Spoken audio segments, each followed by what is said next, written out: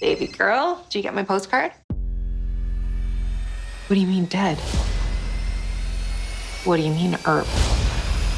Here I come. The original Wynonna Earp series is so iconic and beloved. What was your initial reaction when you first find out you'd all be joining forces again to shoot this film? Just joy. I think we weren't ever expecting that we could come back. There was always this like little glimmer of hope, but I think for myself, I had made peace with the fact that maybe we weren't. I think after maybe about a year, I thought, okay, maybe we really are done, and had made peace with that. And so this just felt like a completely unexpected like bonus surprise. Yeah, definitely the same.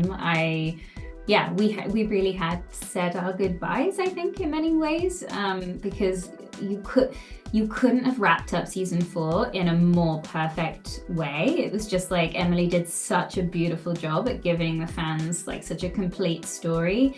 And so it felt like even if we were excited about potentially one day maybe continuing the story, I just felt like how would they even go about opening up that box, the Wynonna box again? So when I heard that it was actually happening, it was like, oh my gosh, extreme excitement and also curiosity to see where the story is going to go from here. And then, of course, the adventure took place and it was a wild ride. Well, I've seen it. I agree. It was great. I'm really glad that you all did that. For fans of this series, how would you say that the film compares? Would you say that they should expect anything different, or what's still the same? It was a love letter to fans with so many fun Easter eggs that they can expect. And, I think that if it's a person who is new to Wynonna Earp, it's still an accessible story. It's still kind of the gateway drug that will hopefully encourage them to come into the fandom and maybe watch the series. I think that fans can expect a familiar comfort that I know I felt when I was there, and there's a true coming home and a feeling of just comfort. The essence of the show still remains. Even if we're in a new chapter and we find these characters in a new place, I feel like because Emily wrote it, it's like coming back to the core and the heart of the story. It still remains, it still lives on and it evolves in such a beautiful way, but it does stay really true to the energy of the show. It's been 3 years since the series ended. Were there any challenges stepping back into the roles? We spoke about it a little bit earlier. I'm always a little bit nervous to get back into Waverly's shoes just because you want to do it justice every step of the way and you don't know what to expect. And so there was definitely a little bit of like apprehension at the beginning for me, especially with her new haircut and a slightly different feel to the character. I wanted to make sure that we were playing the evolution of 3 years gone by whilst also like retaining the core of the characters and the accent, bringing the accent back. It's so silly, but like it had been a moment. So I just was like, finding the shapes in the mouth, I guess it's just getting back into the flow really more than anything. Yeah, for me, I found it actually, I was worried. I was more concerned that it wouldn't come back, and it came back easier than I thought.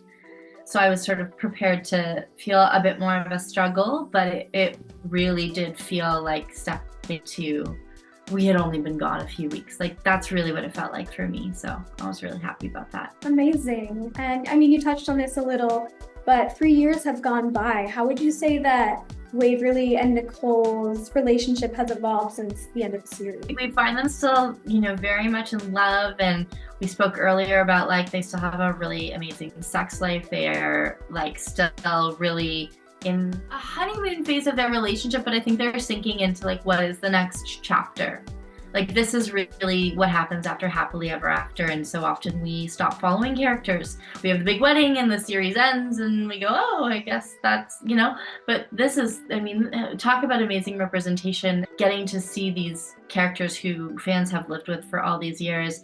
And then like, what does married life look like? Okay, so how are we gonna continue to be individuals inside our partnership, which is, I think, just like a cornerstone of a healthy relationship.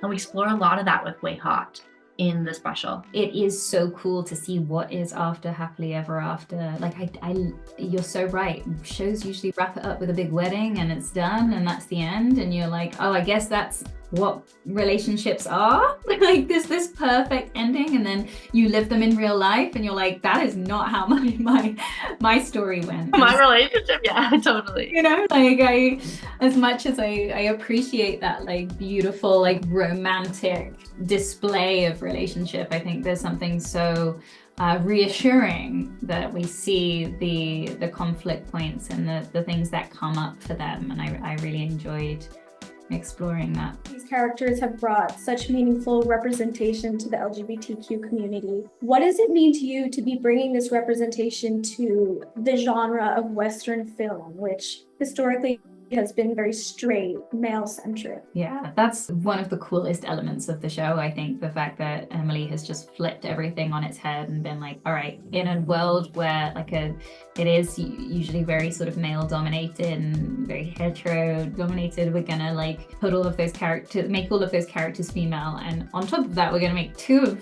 the females like queer, and living that very differently too, and showing the different types of representation within the relationship is so beautiful. I was so happy to see that Waverly has now come out as pansexual and is just really like proud in her queerness. That was so special for me to see.